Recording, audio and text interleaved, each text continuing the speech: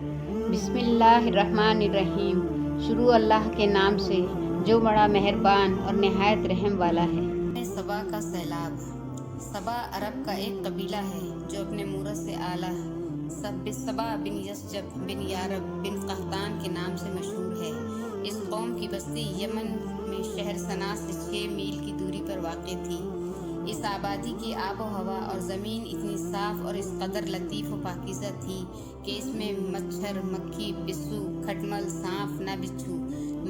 मौसम नहायत मुतदिल, न गर्मी न सर्दी। यहाँ के बागात में इस कदर कसीर फल आते थे कि जब कोई शख्स सर पर टोकरा ले गुजरता तो बगैर हाथ लगाए किस्म किस्म के फलों से उसका टोकरा भर जाता था।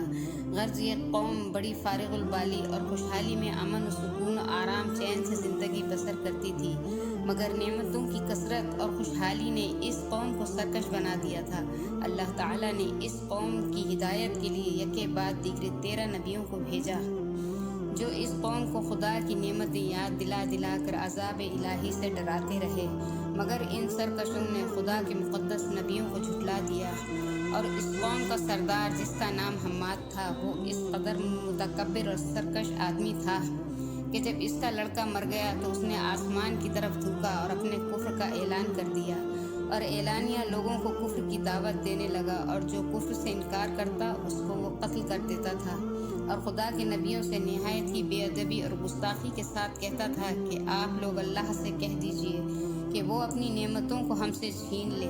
जब हम्माद और उसकी कौम का तुग़यान उस्यान बहुत ज़्यादा बढ़ गया तो अल्लाह ताला ने इस कौम पर सैलाब का अज़ाब भेजा, जिससे इन लोगों के बागात, अमवाल, मकानात सब गर्क होकर फना हो गए और पूरी बस्ती रेत के तोदों में दफन हो गई।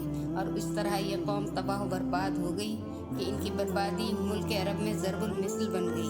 उम्दा और लजीज फलों के बागात की जगह झाऊ और जंगली बेरों के खारदार और खौफनाक जंगल उग गए, पर यह कौम उम्दा और लजीज फलों के लिए तरस गई।